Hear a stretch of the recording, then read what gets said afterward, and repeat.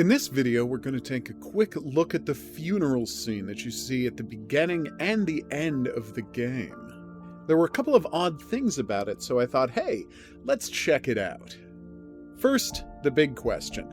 Is Anthony there in the opening funeral scene? At the end of the game, when we return to the funeral, we see Vince look over to Anthony, who has a burned ear because he narrowly survived the fire, and he's escorted by a police officer because he's still suspected of causing it.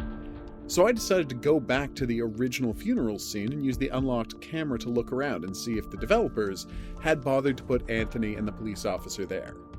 They didn't. But what's way more interesting than the lack of Anthony and the police officer is the fact that every other guest at the funeral is the ExPerson. Is he just some kind of a blank generic character that Supermassive built? Because he's not a leftover model from Man of Medan or one of their earlier games. Will this guy be showing up in House of Ashes? Or is it just a stock figure? Very strange. Then of course we have the other weird thing about the funeral.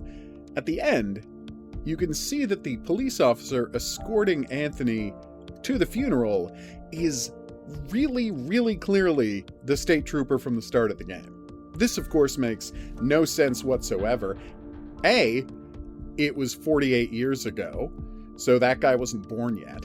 B, Little Hope has its own police department, so why would a state trooper be bringing him? And C, this is kind of the big one. This scene is set in January, so it's both freezing and raining, and the guy is wearing a short sleeve shirt. Now, a couple of commenters have suggested that this means that the cop also wasn't real, and Anthony gave himself, through a delusion, an excuse to go into Little Hope and crash the bus.